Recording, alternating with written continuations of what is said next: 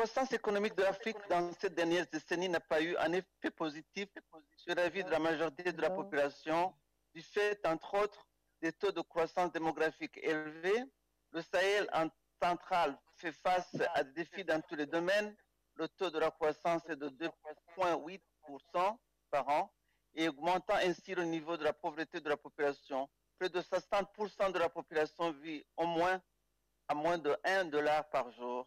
Et les changements climatiques menacent l'existence des populations et anéantissent de plus en plus la base productive de ressources naturelles, hélas. Un nombre élevé de femmes meurent chaque jour en donnant la vie et l'accès et la faible qualité des services de santé maternelle ne favorisent ni l'autonomisation des femmes ni leur contribution effective au développement économique et social de nos pays. Nous sommes dans une semaine où nous fêtons 2 semaines, 16 jours, où nous sommes en train de parler de l'émancipation de la femme, mais aussi de l'élimination de toute forme de violence faite aux femmes. Et nous voyons un engagement de chaque jour qui nous interpelle que la contribution effective des femmes, au-delà de lutter contre la violence, peut être aussi un atout, parce que les femmes contribuent beaucoup au foyer et à l'économie de leur pays. À ces défis s'ajoutent bien d'autres problèmes. Des milliers de jeunes surtout aujourd'hui, et surtout des jeunes filles, ne sont pas scolarisées et sont donc victimes de mariages précoces et de mutilations génitales féminines. La pauvreté et le manque de travail décent pour les jeunes sont entre autres les sources de leur vulnérabilité à la migration forcée, à la criminalité, à la radicalisation et à l'extrémisme violent.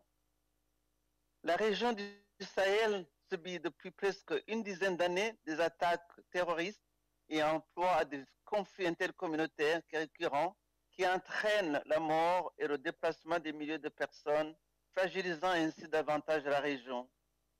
L'augmentation des budgets alloués à la sécurité dans nos États devient inversement proportionnelle à la baisse des ressources dédiées aux services sociaux de base et particulièrement à la santé et à l'éducation. Ce qui nous donne à penser réellement quel sera l'avenir de nos enfants s'ils ne sont pas bien éduqués. Quelle sera la santé de nos populations avec le Covid qui sévit et qui fait rage à travers le monde. Et j'en passe à d'autres maladies. Les efforts du gouvernement des pays du Sahel se concentrent de plus en plus sur différents défis, notamment les réformes institutionnelles, d'investissements structurants ainsi que le capital humain qui constitue la base du développement économique et social. Des investissements de plus en plus importants sont nécessaires dans la santé, l'éducation, l'autonomisation des femmes, des filles et des jeunes à travers la création d'emplois décents et le renforcement de l'égalité des sexes. C'est donc dire que le combat est multidimensionnel.